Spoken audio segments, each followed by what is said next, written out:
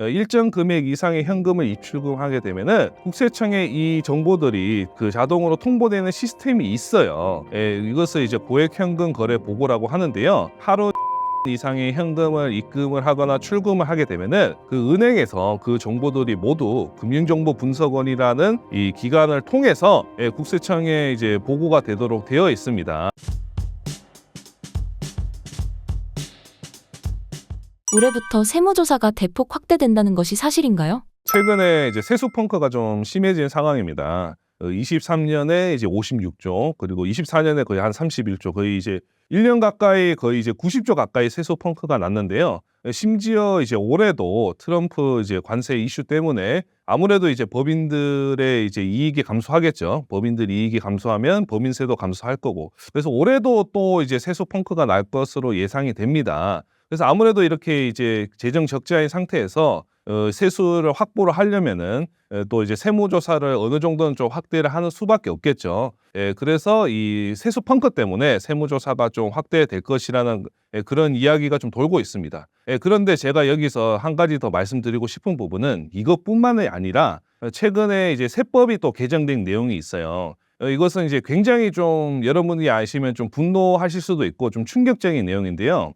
그 내용이 뭐냐면은 이 세무 공무원이 세금을 추징을 하면은 그 세금 추징액에 대해서 포상금을 지급한다는 내용입니다. 이 세무 공무원에게 포상금을 지급한다는 것은 과거에는 전혀 없던 내용이었거든요. 그런데 이제 올해부터 새로 도입을 하게 되는 내용인데 세무 공무원이 응당해야 될 일이지만은 이 세금 추징을 이제 잘 한다면은 세금 추징액의 이제 10%를 그 연간 포상금을 2천만 원 한도로 지급을 하겠다는 내용입니다. 이것은 이 세법 개정안이 아니라 이미 이제 국세기본법을 통해서 세법이 이미 개정이 다 된 내용이고요. 그래서 저는 좀 이제 염려스러운 게 사실 이제 세무공무원 입장에서도 세금을 많이 과세를 한다고 해서 이제 본인들에게 금전적으로 이득될 거는 없었거든요. 그동안은 이제 금전적으로 이득될 것은 없었기 때문에 뭐 예를 들면 이제 어느 정도 좀 과세를 했으면은 좀 작은 좀 이제 소소한 것들은 이것은 좀 과세하지 말고 그냥 이제 넘어가자.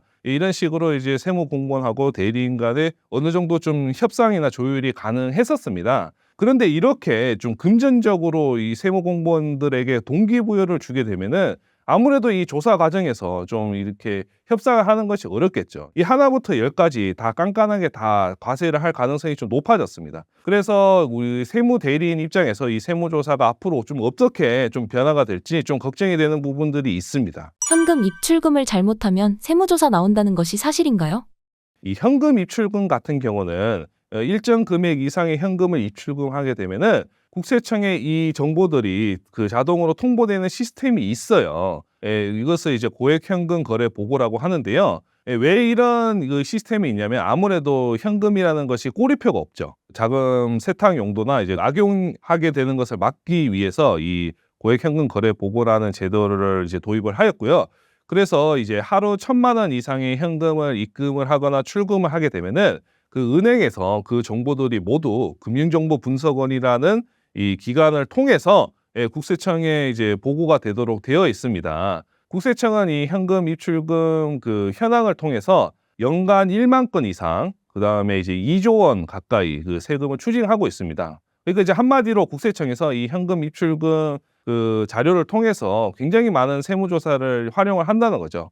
국세청에서는 당연히 이 현금 입출금 내역을 뭔가 탈세에 활용을 한다고 사용을 하기 때문에 여러분들이 하루에 이제 1,000만 원 이상 현금 입금하거나 출금을 하게 돼서 그 정보가 국세청에 입수가 된다면 국세청이 이제 여러분들에게 세무조사를 할 그런 빌미를 제공을 한다는 것이죠. 그래서 많은 분들이 현금 입출금이 계좌이체보다 더 안전하다 이렇게 생각하시는데 오히려 현금 입출금이 더 위험할 수 있다 그렇게 말씀드리겠습니다. 하루 1,000만 원 미만으로 현금을 입출금하면 안전한 건가요? 제가 그래서 이제 하루 1,000만 원 이상 현금 입출금하면 위험하다고 말씀드리면은 그러면 하루에 999만 원씩 뭐 입금하면 되는 거 아니냐 이렇게 말씀하시는데 만약 이제 하루에 999만 원씩 100일을 입금을 하게 되면 이제 거의 10억을 입금을 하게 되는 거잖아요. 그래서 이렇게 이제 입금하는 걸 또 이제 제재를 가하지 않으면 고액 현금 거래 보고가 아무런 의미가 없겠죠. 그래서 설령 이제 하루 1,000만 원 미만으로 현금을 입출금하더라도 그것이 이제 너무 잦다면은 또 이제 국세청에 통보되는 시스템이 있습니다. 이것을 이제 의심거래 보고라고 하고요.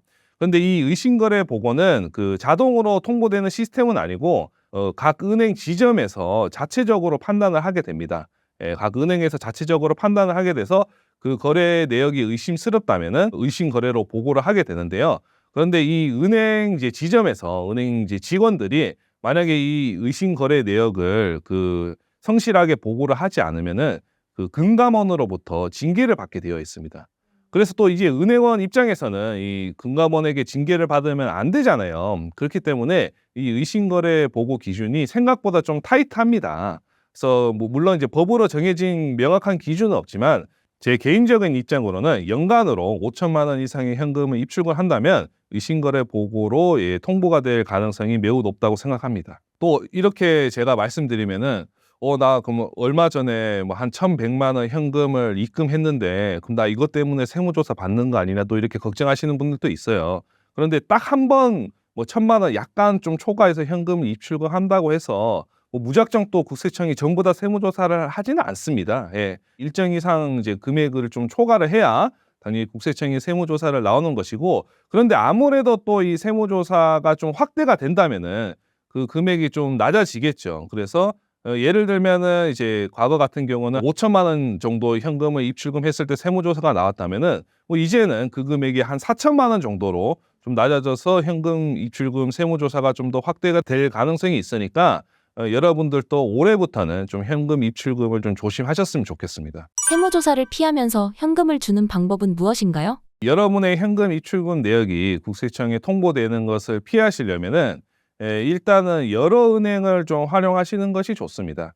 예를 들어서 이제 국민은행에 하루에 이제 900만 원을 입금하고 또 같은 날에 신한은행에 900만 원을 입금했어요. 그러면 나는 이제 하루에 1,000만 원 이상 현금을 이제 입금을 한 거잖아요. 하지만 이런 경우에는 국세청에 통보가 되지 않습니다. 왜 그러냐면은 이 은행끼리는 이 현금 입출금 내역을 이제 공유를 하지 않거든요. 그래서 이제 각 은행 기간별로 하루 1,000만 원 미만의 이제 입출금을 하게 되면 통보가 되지 않기 때문에 그래서 여러분들이 불가피한 상황으로 현금을 입금하거나 출금을 하셔야 될 때는 그때는 이제 여러 은행을 통해서 현금 입출금을 하셔라, 그렇게 팁으로 좀 드리고 있습니다. 현금 입출금 시 특히 주의해야 할 점은 무엇인가요? 첫 번째로 여러분들이 이제 주택을 구매하실 때입니다. 주택을 이제 구입을 이제 하고 나서 간혹 이제 한국부동산원에서 이제 등기 우편을 받으시는 경우가 있어요. 이제 이 내용이 뭐냐면 한국부동산에서 실거래 조사를 하겠다. 그래서 여러분들의 그 뭐 업다운 계약서나 이런 것이나 뭐 자금 출처 조사를 확인하기 위해서 여러 가지 자료들을 요청합니다. 이제 그 중에 한 개가 이 계좌이체 내역인데요. 계약일 2주 전부터 잔금일 2주 후까지 이 계좌이체 내역 전체를 제출을 해야 되거든요. 그래서 이 사이에 만약에 그 고액의 현금이 입금되거나 출금된 내역이 있으면은 이 계좌이체 내역을 전부 다 제출을 해야 돼서 여러분의 현금 입출금 내역을 의도치 않게 좀 발견이 될 실수가 있어요. 설령 1,000만 원 미만이더라도 한국부동산원이 알게 된다면은 뭐 당연히 그 사실이 좋지는 않겠죠. 그래서 이제 여러분들이 주택을 이제 취득하실 때 계약일 2주 전부터 잔금일 2주 후까지 이 사이 기간에는 가급적이면 현금을 입출금하지 마셔라. 현금 입출금을 하게 되면은 그 한국부동산원이 이 사실이 의심이 돼서 또 이제 국세청에게 세무조사를 해보라고 이렇게 또 이제 통보를 할 수 있기 때문에 이 이제 기간만큼은 현금 입출금 주의를 하셔라, 이제 그렇게 말씀을 드리고요. 그리고 또 이제 상속세에서도 이 현금 입출금을 좀 과다하게 하면은 문제가 되는 경우가 있어요.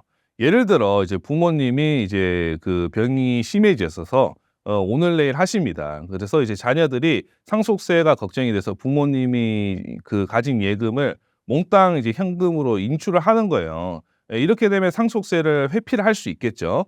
그래서 국세청에서 이러한 회피를 막기 위해서 추정 상속 재산이라는 제도가 있습니다. 그 상속일로부터 1년 내에 2억 이상, 그다음에 2년 내에 5억 이상 현금 출금 내역이 있다면은 이것은 상속인들이 이 현금을 가져갔다는 정황이 없더라도 국세청에서 상속인들이 가져간 것으로 추정을 하겠다. 그래서 상속세가 이제 과세가 될 수가 있습니다. 그래서 이제 부모님의 계좌에서 불분명하게 이제 과다한 현금 출금 내역이 있으면은 상속세가 과세가 될 수 있으니까 조심하셔야 되고요. 이것은 이제 상속일로부터 2년이 지나가면은 그때는 이제 국세청이 입증을 해야 되거든요. 그래서 상속일로부터 2년 내에는 현금 입출금된 내역을 상속인이 이제 먼저 입증을 해야 되고, 그것이 이제 2년이 지나가면 국세청이 이제 입증을 해야 되니까 부모님의 그 계좌이체 내역에서 만약에 이제 불분명한 입출금 내역이 이제 있다. 그것이 이제 2년 내에 과도한 금액이 있다면은 이 내역을 여러분들이 국세청에게 상세하게 소명을 하지 못한다면은 억울하게 또 상속세를 또 과세당할 수 있다. 예, 그러니까 그 부모님이 돌아가시기 전에 한 번쯤 이 부모님 계좌를 또 한번 조회를 해보시는 것도 좀 중요할 것 같습니다.